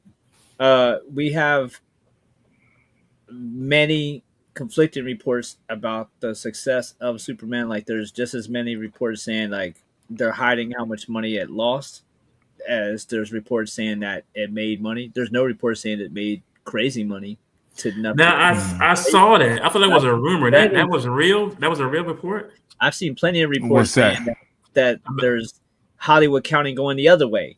It's saying that they're hiding how much money it lost because they wanted to look I thought that was a rumor. For Warner Brothers for the sale and everything, so it looks enticing. So there's some sneaky stuff there with that. But I don't know. I'm not a fucking budget. I have access to the books, and who the fuck knows? Like I don't know. So it's reports. One day is somebody saying 125. Another day is saying that they lost money and they're covering it up. The point is that he his contract's up next year. It's on the chopping block to be sold, and whoever comes in can choose to renew that. If they sell it this year or beginning next year, they can choose whether to re-up for him or not. And y'all all know how Hollywood goes when new people take over. They want to make everything theirs. So it's like he did. That they'll hire their guy for their vision. I think it's unlikely that they'll just be like, oh yeah, whatever you were doing, just go ahead, just make us some money. It's usually ego-driven culture where they want everything to be theirs. The sad part about that is, as much as there's some big changes that I wish that they would reconsider for the current DCU, I don't want to fucking hit the reset button again when we just got started. Bro. Because man, we just are getting. It's gonna be years. Man, shit that I want to see that I don't know if Gunn's gonna do, but I know for damn sure everything restarting from ground zero again means that whatever I would want to see isn't even possible for a decade. Whereas maybe Gunn will come around and do it. Like Gunn, that motherfucker can't stop talking. Like we're not getting Darkseid because Snyder did Darkseid, and by that logic, it's like, all right, so are we not getting Justice League because he did that? Like, how far do you want to go with? We're not going to get Darkseid because it's too much like Thanos, and we don't want to be like Marvel. But so is Avengers. But the whole character of Thanos was an afterthought. That came after Darkseid. There's a whole bunch of stuff like that. The point is like so it crazy, seems like bro. There's a lot of moves that they made with him to try to prop up Warner Brothers as being more enticing. They cut a lot of movies. We all know how infamously they cut, your Batgirl and what was the other one? Wile E. Coyote. They cut those. Oh yeah, but they brought that one back though. I mean, they're fighting. I think that's coming back. I think they're fighting to get the Coyote one's coming back. Yeah, I think Batgirl out too. Back. But it was a lot of Batgirl ain't coming. No, they were talking about it. I think a couple of days ago online. No, you'll never. Somebody said they saw it. They said they saw it. They thought it was good, but that ain't the studio. Ain't you'll never see back because they got somebody's getting their ass. They got money for that. You won't see that. They're not gonna. That's not gonna leak. You're not gonna see that. But while he already wrote that one off, yo. Yeah. Oh, okay. But a lot of what he's done is a lot of let's hurry up and get this out there so that way this is more valuable in time for the sale, and that's why we're seeing so much shit so fast. That's why Man of Tomorrow has been fast tracked because Gunn wants to be irreplaceable. Warner Brothers wants to get more money for the sale. That's why we're seeing so much of this shit come so fast, and these bigger decisions that are more complicated, like a Batman or a Justice League or shit like that. That's You're right. going to take a little bit longer because it's a bigger deal. But these other films we're seeing faster. I don't think that it's a very optimistic look for Gunn right now. I think in a couple interviews he's like did a little bit of like nervous laughter. It's like if I'm the one who's going to be here when that happens. Like he's made a couple of those like side slick comments about it. So I think that they are in a very scary position, and it's sad because I didn't love Superman, but I don't want a Superman reboot next 2 years from now. Like I want them because I love all the cast. I just want a different director and writer. Different writer, different director. Yeah, better movie. That's it. I mean, and he's doing some like he has stuff in the move. He has stuff in the works that I think could work. I can't wait to see what other people do under his umbrella. Like the jury that's me. Go out on his DCU because all we've seen is another Gunn-esque DC film, but I want to see what the DCU on a whole looks like, not just one of his movies. Not just him. Yeah. So I'm anxious for Supergirl to see what that vibe is like. I'm really anxious for Lanterns. That's going to be a huge. Yeah. Because that one feels more grounded. At least like it's going to be True Detective. I would love to see that in space, though, not in space. I want to, and that's the thing, bro. Our world is so vast. I want to say that with, hey, baby, thank you for being here. She coming through. I don't, again, bro. Like I said, I don't wish because, like you said, bro. Say what you will about the man, he is moving. He is pushing it forward. Like, unlike Marvel or unlike, all right, for instance, bro, and like I absolutely cannot fucking wait for Thursday. I can't wait to Uncivilized. What happens Thursday? I cannot wait for Uncivilized Scoundrels, bro, because we got some shit to talk about. Because motherfuckers was shitting on Kathleen Kennedy, but there was a bigger picture there, bro. Right. There was a bigger picture. And this is the way I feel about it. Like right now, bro, like again, sometimes Marvel sits on ideas. At least this man formulates the ideas before it's out there to say that, look, I'm doing this. At least I'm trying to make it happen. At least I'm pushing the needle forward. I'm taking these stories. I'm developing these stories. I'm trying to develop connective tissue. Some might be standalone. Some might be, okay, look, we already know that Peacemaker to me, this last season of Peacemaker was a miss. It was a miss. It started out fine, but by the end of it, it was a miss. I'm sorry. It was a miss. It was an afterthought, bro. First season, I thought about that season constantly, bro, because I love the intro. I love the music. I love what he did with it, and that was incredible.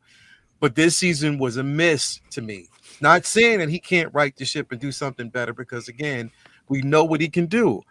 But I just think that in the midst of this sale right now, things are just kind of up in the air. It's kind of dismal, whereas we were excited about the possibilities of the DC studios. Now it's like, oh, what the fuck? Are we doing this shit again? Is this what we doing, bro? That shit doesn't make sense. You know what I mean? So I don't know. I'm hoping for something better. I'm hoping that it's still intact for him, regardless of where it goes, as long as it doesn't go to Paramount. Please don't go to fucking Paramount. Don't.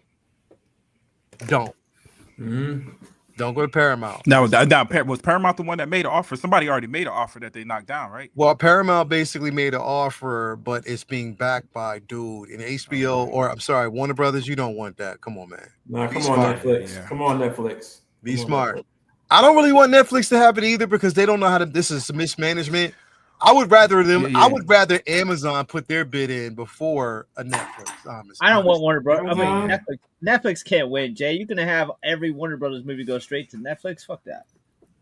And what's up? Prime though. Prime might be a better suitor than Netflix. Yeah. Warner Brothers already did away with the Discovery's not under them no more, right? Was that already? No, that's on Disney now. I think Discovery, right? I'm not sure. It probably is. That's on Disney. No. I just, you know what? I think that major studios are mismanagement of these major IPs anyway. Whether it's Marvel, whether it's Warner Brothers, it's a mismanagement. Sony, Universal, y'all don't know what the fuck y'all doing. Like y'all really don't, bro. Give it to a smaller studio. Let these motherfuckers. Let somebody budget them like A20. You know what I mean, or something like that. Because these motherfuckers don't know what they're doing, bro. They don't, dog. Well, the landscape and the landscape done changed, bro. They still trying to adjust, man. Dude, did y'all see? Yo, Disney done raised my subscription price again, dog. Yeah. They just raised it last month after the whole Jimmy Kimmel thing. Yeah. Well, they said they was doing that. Yeah. They said they was doing that. But after doing that like crazy, bro. What y'all gonna do about it? Yo, yeah, I ain't canceled yet. You know what I'm saying? So I guess I'm jailbreak. Sorry. I'm done. You're done. Yeah. Bro, don't get me demonetized. Oh, my bad. Listen, I do not agree. I had a statement. I do not the comments here on Comic Book Talking Friends do not necessarily reflect.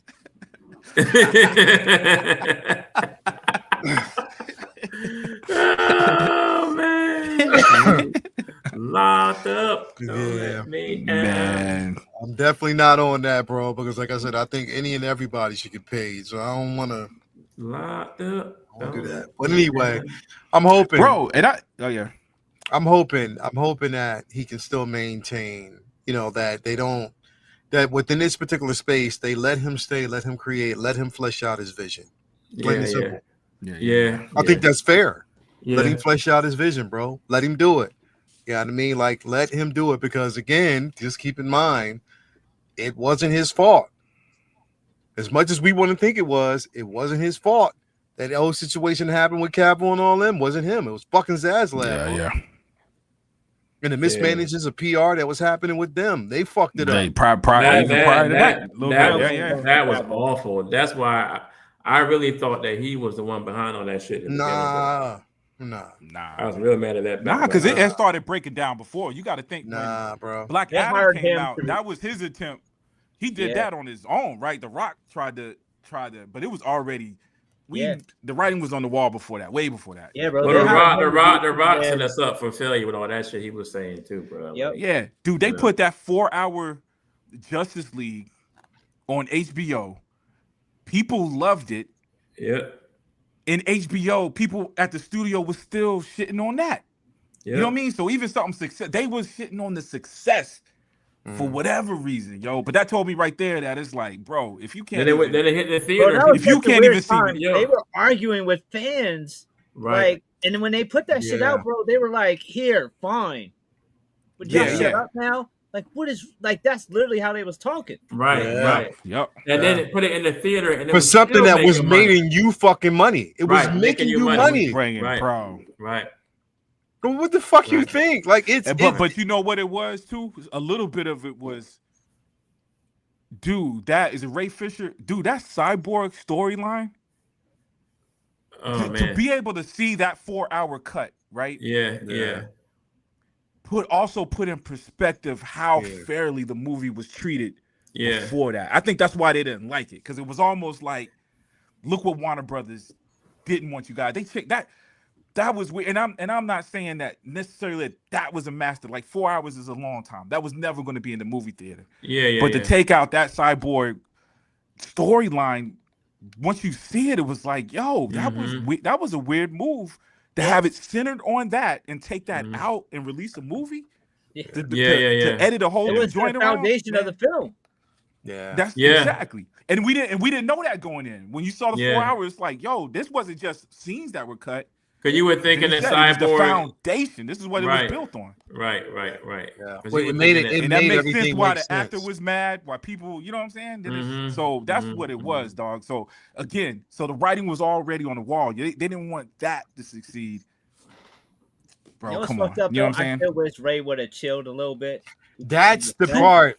Yeah, Ray Fisher was so mad because he went too hard, bro. He went instead of letting the process play itself out. Yeah, he was real mad. He kept talking about it. He kept, and it's the thing is like, okay, bro, we heard you the first time. Yeah, let the process happen because you developed a lot of enemies along the road of doing it. Because people were just like, yo, come on, bro. Like we know. But now it just became more of like a witch hunt. All his interviews were like that, bro. Like, just let the process. And you know why he was? Nobody's disputing the simple fact that this didn't happen, because there were a lot of other motherfuckers. You didn't hear Gal Gadot talking about shit a lot. You really didn't. And she got treated like shit too. She got treated like shit. Yeah. You know what I mean? Fucking. But she was smart enough to know that. Yeah. If I'm pissed at Warner Brothers and I say something a couple of times or whatever, maybe Warner Brothers will never hire me again. Yeah, but if I shit on Warner Brothers every chance I get, now nobody will hire me. Yeah. No studio wants to risk. I mean, I can't. I pissed her off. Now she's going to say stuff about me. Right. Yeah. Right. And you haven't had enough movies, films under your belt to show your acting chops either. You know what I'm saying? Bro, I ain't gonna say he didn't have nothing. Yo, that's the way the world works. Denzel can bitch till the cows come home and can't nobody do nothing to him. Ray Fisher can't. No. Right. Ray Fisher can't. Ray Fisher only had this one movie, right?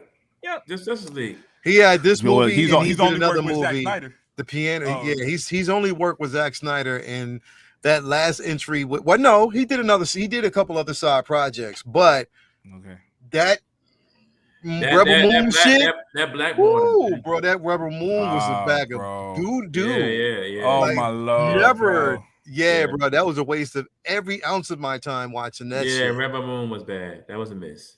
It was a miss. That was a big miss. Never do that shit again, bro. Yeah. Never do it again. They did an extended version, bro. They doubled down. I would rather, bro. I would watch Sucker Punch 18 times over before I watch this shit ever again, bro. Yo, he said Sucker Punch. Yeah, bro. I would rather watch Sucker Punch. That's like sticking a hot nail in between your eyes with rust on it. Like, nah, I ain't doing that. Sucker Punch won't do it for me. Anyway, horrible. James,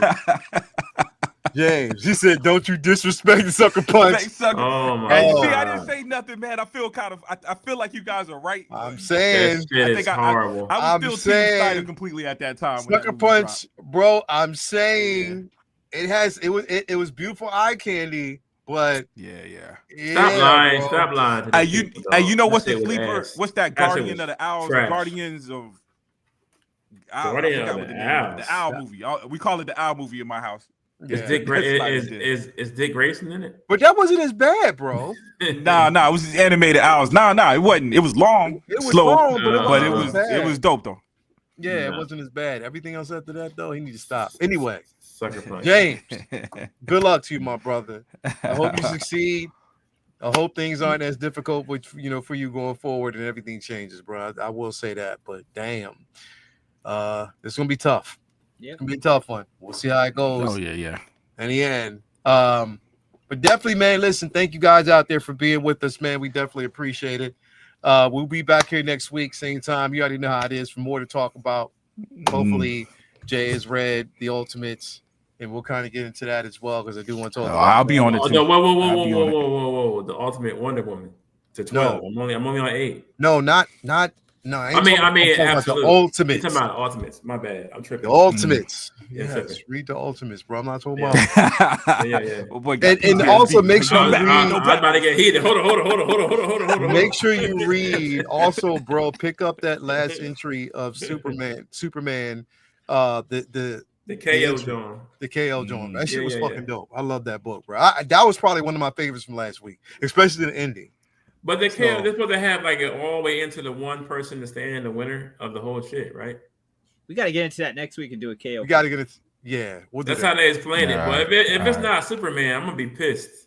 They were telling me at the comic book shop, like it's all they had the board up for like the tally, the bracket.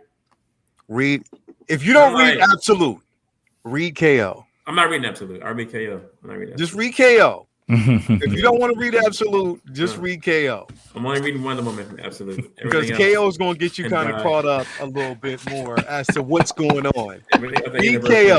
Yeah. And you like the grumpiest nice person I ever met, bro. I'm not reading Absolute, bro. The Batman can go die on a house. Sweetest soul, bro. Maybe you here. Just angry. Read KO, bro. I can't read KO. Read KO. I'll read that.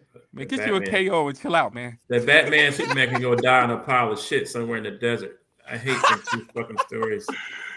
Read trash. Anyway, about that. That was Godzilla size. I'm just messing with you. Calm down, baby. I'm just messing with you. Godzilla size fucking Killer Croc. Like, come on. Thank you guys for being, bro. Thank you guys for being here. The whole industry disagrees with you, Jay. Fucking Prop. What's going on with you, bro? Yo, son, I got tons of videos being released this week, man. So check them out on the Prop Wiz, dude. I just did the Battle Damage Deadpool. I just got man, very man, I should have brought it down here. Man, I got 3D scans of me and the wifey in the Ghostbusters joint. We went to the Comic-Con.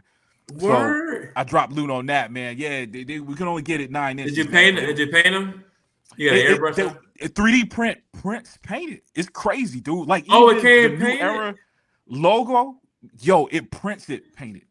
Wow, I ain't never seen nothing like it, yo. That's dope. Yeah. So it ain't detailed, it ain't 1/6 scale level detail, but I gotta get a resin for it to be us. It looks like us. It feels good.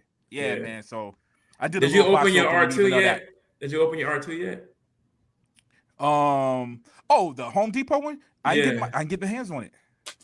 I couldn't find it. Okay. Yeah. I got on the wish list there. I ain't going to eBay. I ain't getting it on the. You had it delivered, right? I ain't paying more than $300 for that joint. Nah, I ordered from Home Depot for $300. You haven't delivered. I told you it's coming. Mine is coming. I thought you had yours already. Nah. Yeah, I can't wait to open that shit, bro. Because I got the 3D print. I got one, so I was kind of, you know what I'm saying? It was just something I was gonna put in another room or something. Bro, I can't wait to get that shit put about a Christmas tree. So I might have to crank up. Yep, crank up. What's going on with you, brother? What you got going down, man? Oh shit. What's that? Are we talking to me? What's going on with you, bro? Yeah, man. 4 more days until we're finishing up those. Like I said, a bunch of reading and organizing still going on, and still working on completing my Fantastic Four run. So I've been blazing through that and doing some commissions lined up for after I get done with Inktober. And other than that, there's like more reading. I'm just having fun reading a lot of the new ongoings and just having that like revitalization with the current, comic book industry scene right now. I think it's a good time to be a reader. So I encourage everybody to hit up your local brick and mortars, go visit them, check out what they got. Yes. You don't see comic books in your 7-Elevens and your grocery stores like you used to. And it's intimidating as it may be to walk into a brick and mortar if you're not a usual or a regular. They're usually very friendly and happy to help new readers find stuff that will interest them. Don't be scared. You're not going to hear a record scratch like you're in a biker bar. And everybody like you don't belong there. They want you there. They want you there. That's real shit. That's funny, bro. I can see that now in my head. Like, what's this regular person doing here? Fuck out. Yeah, man. It's not like the internet where everybody gatekeeps the shit out of everything. Like, go out fast, go in a regular comic book shop, and they'll be happy to help you, man. I was at my local comic book shop today. You know what's dope? There was 3 girls there. They're about 17, 18, 16, and digging through long boxes for back issues of all types of different books. And it was such a cool thing to see. Like, women in a comic book shop, not just women, but kids, like younger people. I was talking with the owner, and it's like usually it's people our age, like 30 and up or 40 and up, like old heads in there because younger people aren't digesting comics the same way that we did when they were their age. There's so many other distractions there. So it was cool seeing young people in there. And I want to see more of that, man, because there's such good reads out there, and I want everybody to enjoy it like I'm enjoying it, man. So go check that out, man. Always a pleasure to be here. You'll probably be seeing me on Thursday. Uncivilized. There's there's some shit to get into. Not just the Kennedy shit, man. The Knights of Ren shit too is That's we're going to tie everything together because also Visions comes out this week, but we're going to tie everything together. What day is that? They got you another. You see, I think it's Thursday. I think it's either Wednesday, Thursday. You see what happened at the Madison Square Garden, right? No, what happened there? Somebody did. So on the Titantron, somebody put up. Now we know there's a possibility of something like that. All we know at this point is that he is still alive. He is still there, and it said Ben Solo. So they've been pushing this shit everywhere, bro. This shit is getting traction like a motherfucker, bro. Yep. So also somewhat comic related.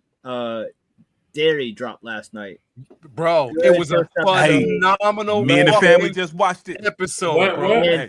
It's comic related because that's the Brave and Bold Batman director. So if you're watching if you watch Flash, I don't want this TV show Batman. Like, hopefully that. What's it called? He also directed the first two episodes or the two movies. You know, of it. Yeah. So it's Welcome to Derry, bro. And that first episode had me hooked. Oh no, the It Lord prequel, John. Hey, look. Yeah. I had to make my daughter close her eyes a little bit earlier than I thought, though. That scene in the car was work, bro. It's diabolical. But they didn't take no time to tell you what it was going to be, what the tone was. Yeah, it was like, look, this is what we about. This is what we about, bro. Like, I'll tell you this, Jake. When you watch it, don't get attached. I'll just say that. Don't even say that. Well, it's nobody's safe, bro. Nobody's Pennywise. Pennywise is safe. Everybody else. Oh yeah, I know that. Yeah, it's it. So I already expected that shit to happen. Yeah. Don't. Ren's in the building. Well done, yo. Episode 1 was well fucking done. I enjoyed that episode so much. Y'all saw the Flash reference. Not to say that was the greatest movie, but I thought it was cool that the comic book. Also, Pete. Yeah. Homeboy is reading. First appearance of Clayface. Yep.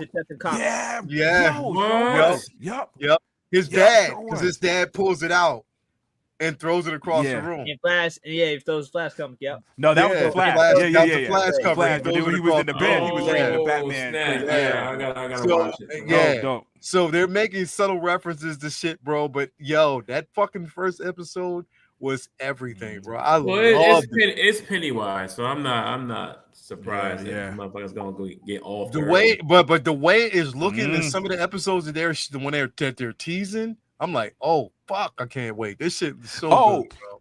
My boy from The Shining, the black dude with the psychic powers, the old guy, is he?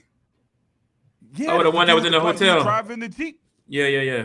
Oh, you talking about the I got you. From The Shining, bro. So man, that's so man. It's gonna be good, bro. It's definitely gonna be good because Jay, just watch it. Just watch it. Yeah, I watched it tonight. I like the shit. I mean, that shit scared the fuck out of me. It's definitely good. It's definitely good. Anyway, everybody out there, man, thank you so much for being here, Jay. What you got going down, bro? Hopefully the storm go by quick. We still got a lot of rain and wind out here right now, but other than that, man, let's get through the night. We'll be all right. Yeah, bro. Definitely, bro, man. Thank you for coming through, bro. No doubt. Always appreciate it. Appreciate you being here, man. No doubt. My team got mollywopped tonight, bro. We got fucked up, but I didn't finish watching the game. Did y'all lose? Yeah, we lost. Yeah, we lost. Something told. But bro, but listen, bro. Like I told you, we didn't have pieces, bro. We didn't have pieces. Jaden Daniel, he was out. Bro, I don't want Jaden Daniel to end up like RG3, bro. I do not want that for that kid, bro. He's so much better than that clown. He's talented, bro. So I think he'll be all right. God, bro. He'll be all right. His mama ain't gonna let him go down that road. Jesus. Yeah. Jason. Anyway. No. That's this. That's this. No. I swear. No. That's it. I just turned this. No, bro. Oh no, if I glass up. No, I ain't talking about that. I'm talking about what you said. Oh, about mom too. Yeah, mom is bad. You know what I'm saying? It's funny, bro. Anyway, man, thank you guys, everybody out there, for being here. Another great show. Tune in next week. We'll Good night, Miss Daniels. Silly. Anyway, again, support your local brick and mortar, man. As always, man, stay safe. Have a great rest of your night. We are out. Peace, love, and all that good stuff.